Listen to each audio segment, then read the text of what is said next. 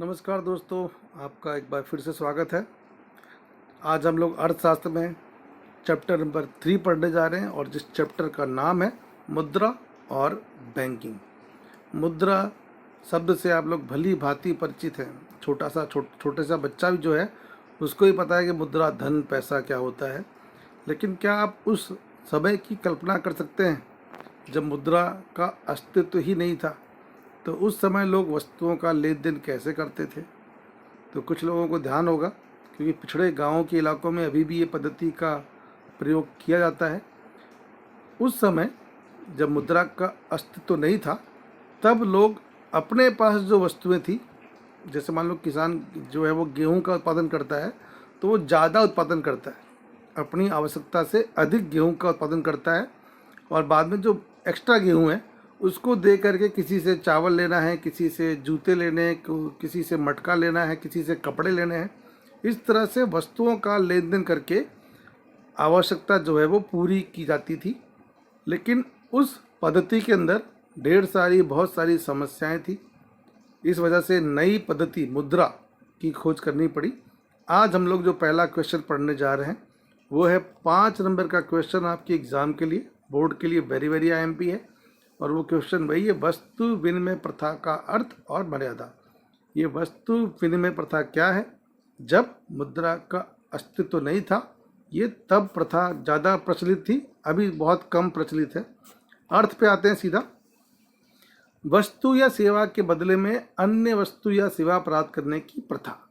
एक वस्तु के बदले में दूसरी वस्तु, पैसा बीच में कहीं नहीं आ रहा है। अभी क्या होता है कि आप पैसा लेके गए और दूध या सब्जी लेकर के आ गए, पर तब यही नहीं था। तब क्या होता है, आपके पास गेहूं था तो आप गेहूं लेके जाते, कुछ गेहूं देते फिर दूध लेते, कुछ गेहूं देते तो सब्जी लेते, कुछ गेहूं देते तो फिर आपको जूते चप्पल जो भी चाहिए था, बेल्ट पर्स, वो मिलता। तो ये वस्तु या सेवा के बदले में, इवन कि अगर आप नाई के पास जाते बाल कटाने के लिए, हजाम के पास, तो वहाँ भी आप गेहूँ दे के ही आते, क्योंकि आपके पास देने के लिए क्या है? गेहूँ ही है।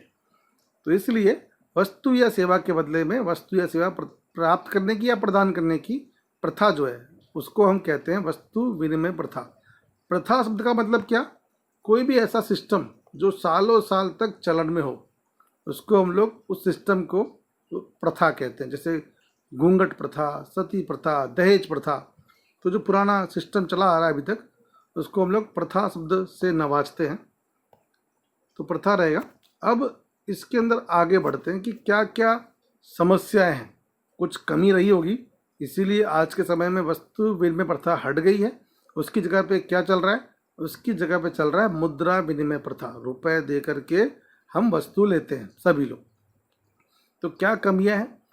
कमियां तो खैर ढेर सारी हैं, पर आपकी किताब के अंदर जो 3 कमियां हैं, 3 मर्यादा हैं, उन पर अधिक जोर दिया गया। तो मैं भी उन 3 कमियों की ही बात करूँगा, ज़्यादा उसको हम बढ़ाएंगे नहीं। पहली कमी क्या आ रही है? पहली कमी है आवश्यकताओं के परस्पर सामंजस्य का अभाव।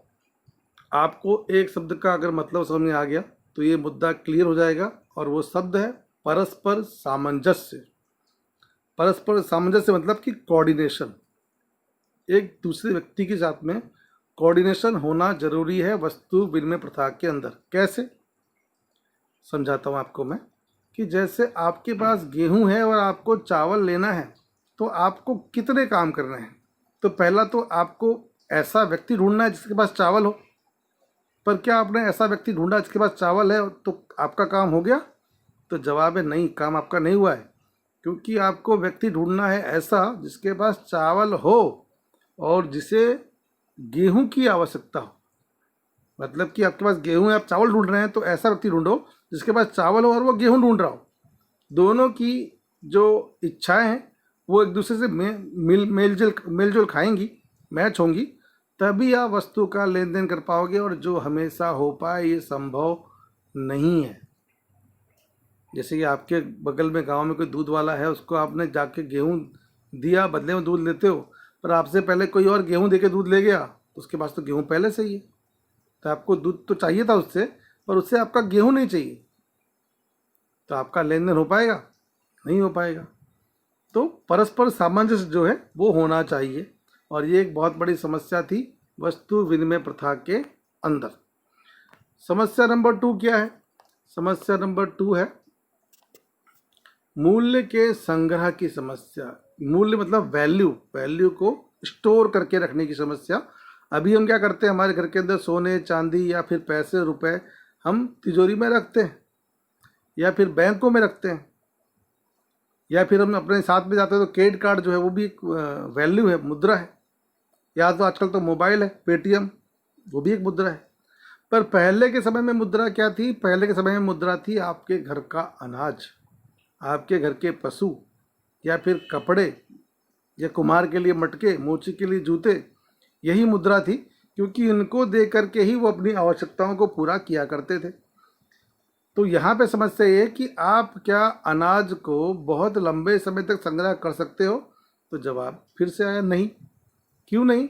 क्योंकि अनाज को संग्रह करने के लिए बहुत ज़्यादा जगह चाहिए मुद्रा की तुलना में। और सेकंड, अनाज को आप लंबे समय तक संग्रह करने जाओगे तो वो बिगड़ सकता है, खराब हो सकता है, उसमें कीड़े पड़ सकते हैं। पशु को संग्रह करने जाओगे तो पशु बूढ़ा हो सकता है, पशु मर सकता है। तो जो मुद्रा, जो वैल्यू है, मूल्य है, उसको वस्तु विनिमय प्रथा के अंदर आप लंबे समय तक संग्रह नहीं कर सकते थे। संग्रह किस में कर सकते हो? नए सिस्टम में, मुद्रा प्रथा में आप मुद्रा को लंबे समय तक संग्रह कर सकते हो। और इसी का परिणाम है, जब मोदी जी ने नोट बंद किया था तब बहुत सारी गृहणियों के आटे के, चावल के डब्बे में से बहुत सारी मुद्रा निकली थी जो सालों तक संग्रह की गई थी। पर क्या अनाज होता, अगर वो पशु होते तो छुपा पाते आप? नहीं छुपा पाते। आखिरी मुद्दा है मूल्य के मापन की समस्या। मूल्य के मापन की समस्या। अभी के समय में कोई भी चीज़ लेने जाओगे, आप आलू लेने गए 30 रुपये किलो, 40 रुपये किलो एक कीमत है। प्याज लेने गए तो उसकी कीमत है। मोबाइल लेने गए तो 10,000 20,000 उसकी कीमत है, मापदंड है। पर जब पहले के समय में मुद्रा थी ही नहीं, तब क्या था?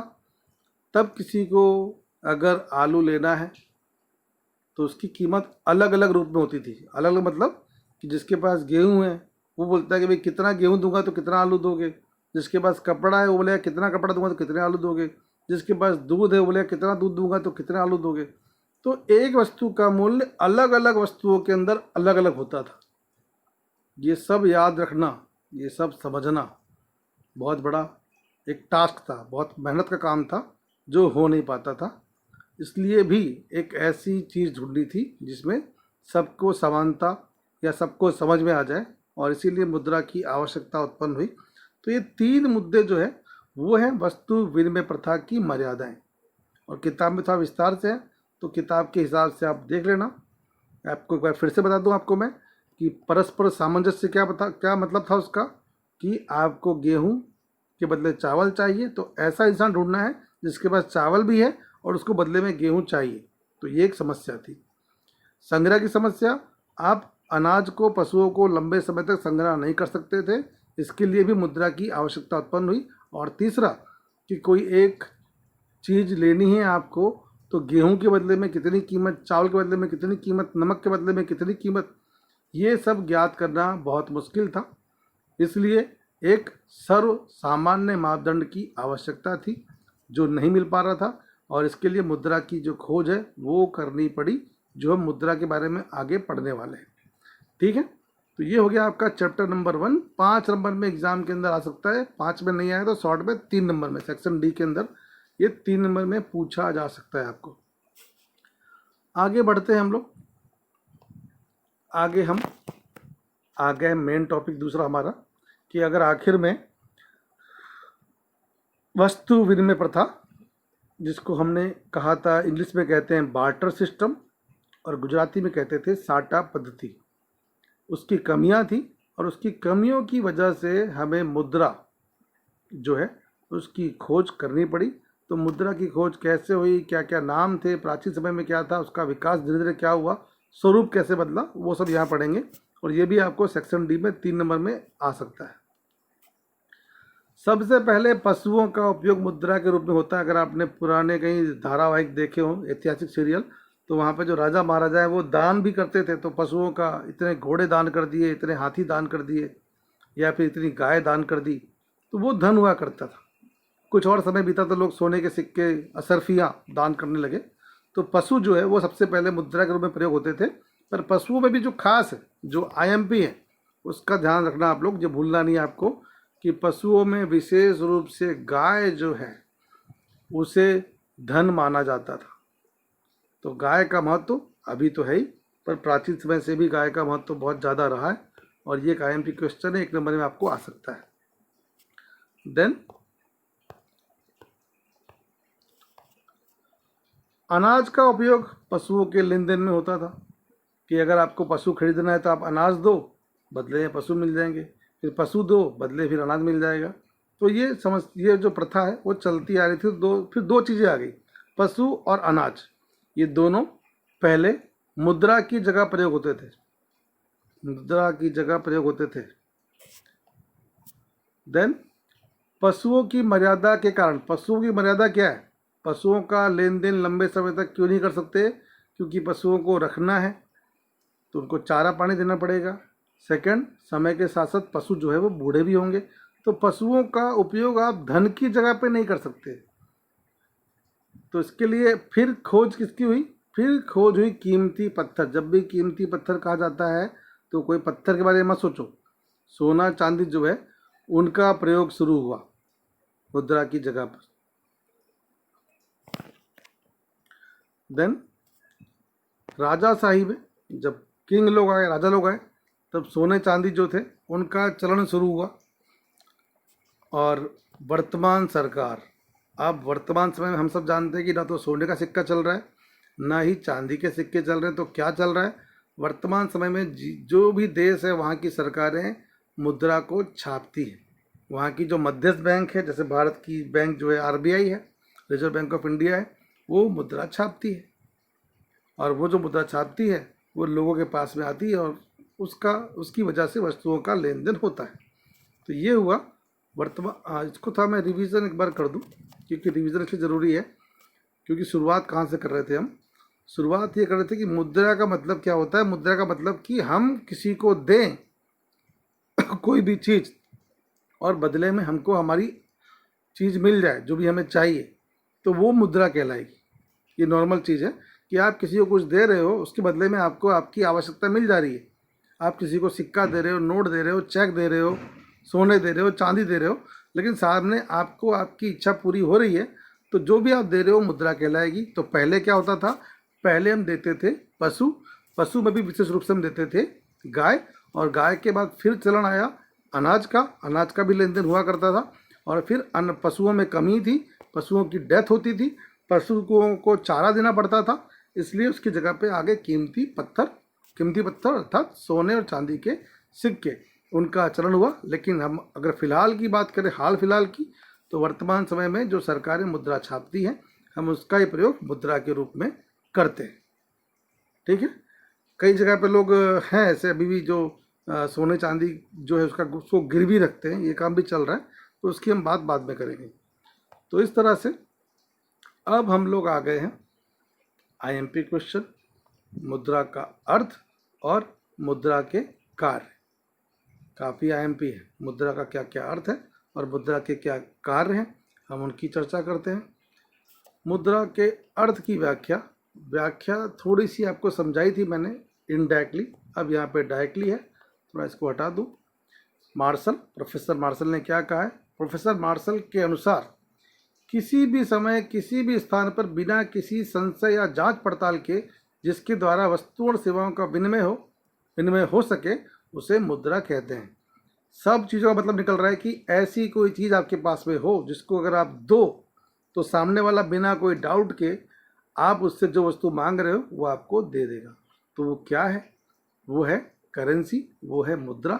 अगर आप 50 रुपये का नोट लेके जाते हो और सामने 50 रुपये के का भी कोई चीज़ बिस्किट या सब्जी ले रहे हो, तो वो इंसान वो नोट देख करके आपको बिना कोई जांच, वो पूछेगा नहीं कि आप कौन हो, आपका नाम क्या, आपकी जात क्या, आपका धर्म क्या है, वो खाली वो नोट को पहचानता है और उस नोट को देख करके वो आप जो चीज़ें उससे मांगोगे 50 रुपये के अंदर वो आपको दे देगा।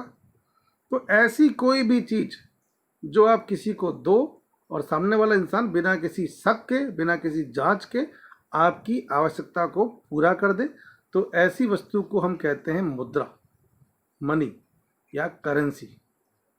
अब सोचिए आप कि क्या 500 रुपये की जो पुरानी नोट थी वो अब मुद्रा है?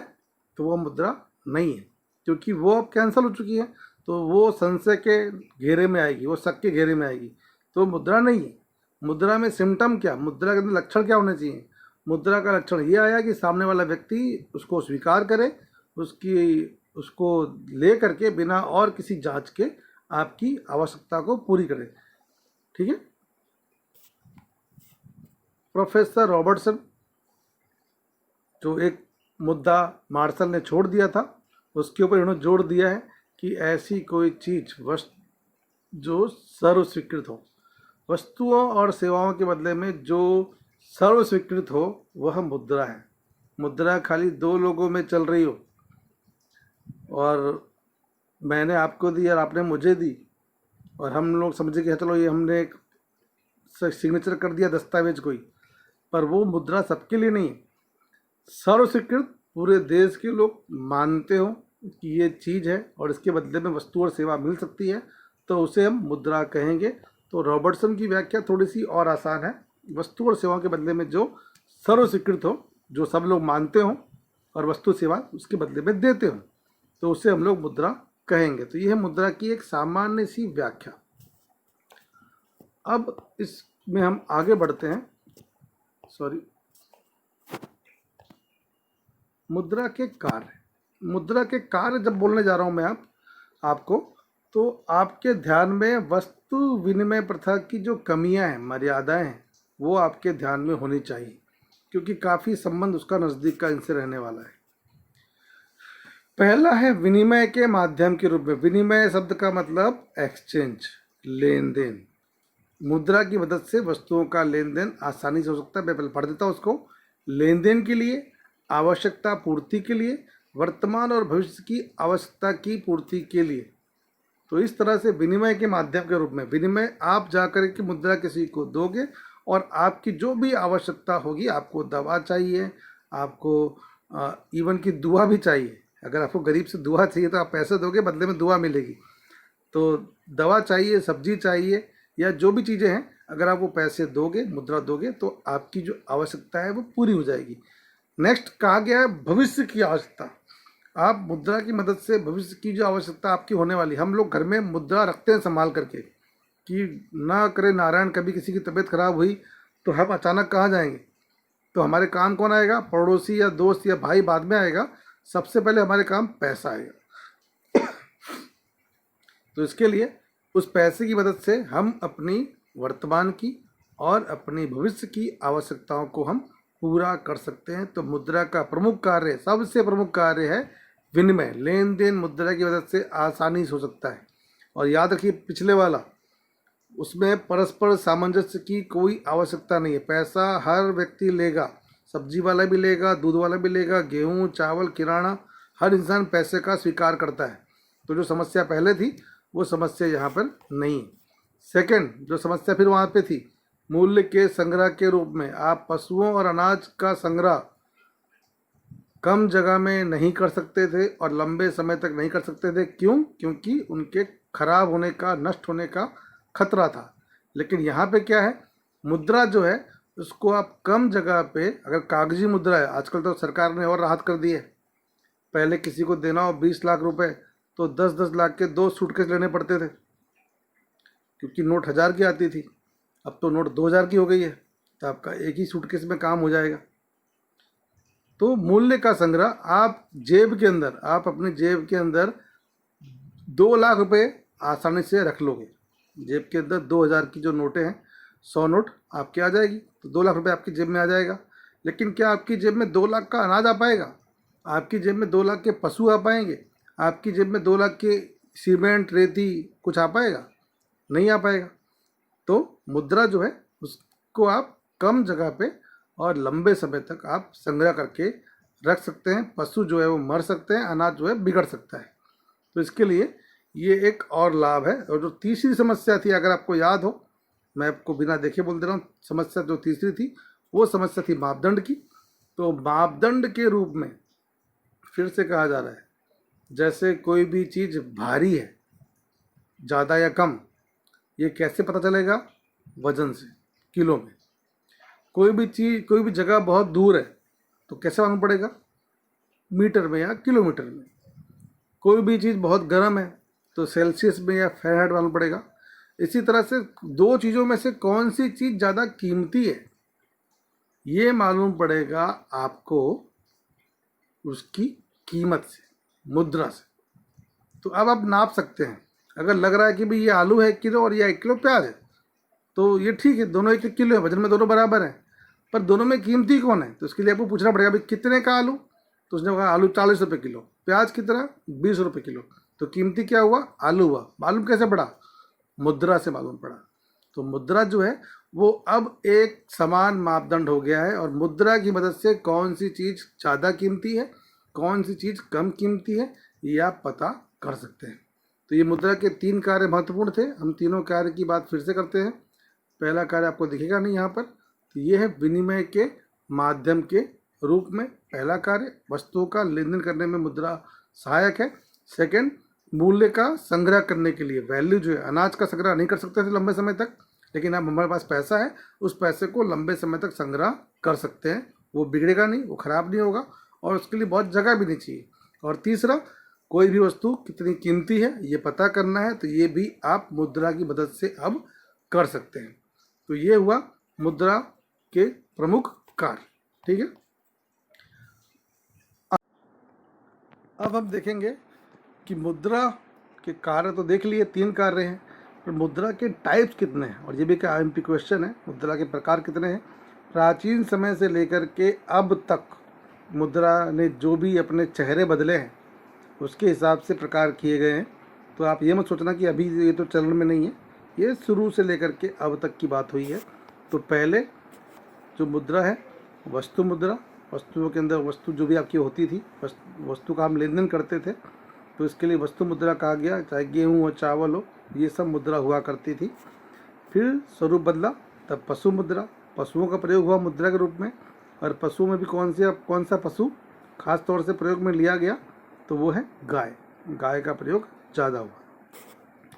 तीसरा, धातु मुद्रा, फिर धातुओं का प्रयोग शुरू हुआ। धातु के अंदर सोना और चांदी का प्रयोग खास तौर से हुआ, और उसके बाद जो अन्य मेटल हैं उनका प्रयोग भी हो रहा है। हम जो अभी फ़िलहाल सिक्के देखते हैं, कॉइन्स देखते हैं, वो धातु मुद्रा का एक ज्वलंत उदाहरण है। चौथा है कागजी मुद्रा। धातु मुद्रा में ये हुआ कि अगर जेब में 100 रुपये भी हैं तो 10 के सिक्के हैं तो उछल रहे हैं, छन छन बज रहे हैं, और इसलिए एक जगह से दूसरी जगह धातु मुद्रा को ले जाना बड़ा मुश्किल हो रहा था। तो उसकी जगह पे फिर खोज हुई कागजी मुद्रा की। जो कागज़ की नोट है उसको हम कहते हैं कागजी मुद्रा। और इसके आगे भी अब कागजी मुद्रा का प्रयोग भी बहुत कम होने लगा है धीरे धीरे। क्यों?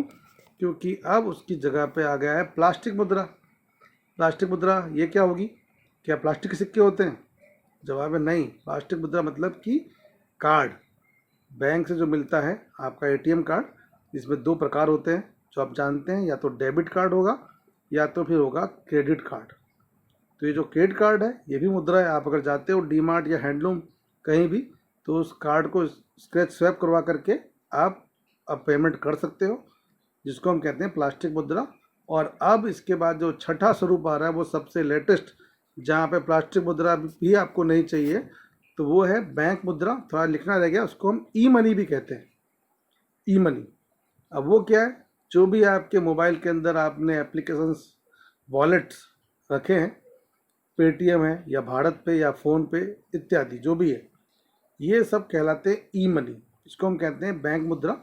और ई-मनी की वजह से आपका जो ट्रांजेक्शन्स है वो और ज़्यादा आसान हो गया है पहले की तुलना में, और सबसे ज़्यादा प्रयोग उसका हो रहा है। तो मुद्रा के कुल 6 प्रकार रिपीट कर लो। सेक्शन C में 2 नंबर में आ सकता है वस्तु मुद्रा, पशु मुद्रा, धातु मुद्रा, कागजी मुद्रा, प्लास्टिक मुद्रा, और सबसे लेटेस्ट बैंक मुद्रा या फिर ई-मनी, जिसके अंदर जो भी एप्लीकेशन आपको याद आते हैं। एक भीम ऐप भी आ रहा है, तो उसका भी चर्चा, यूपीआई जो है, UPI बोलते हैं थी, उसकी चर्चा भी आप यहाँ पर कर सकते हैं।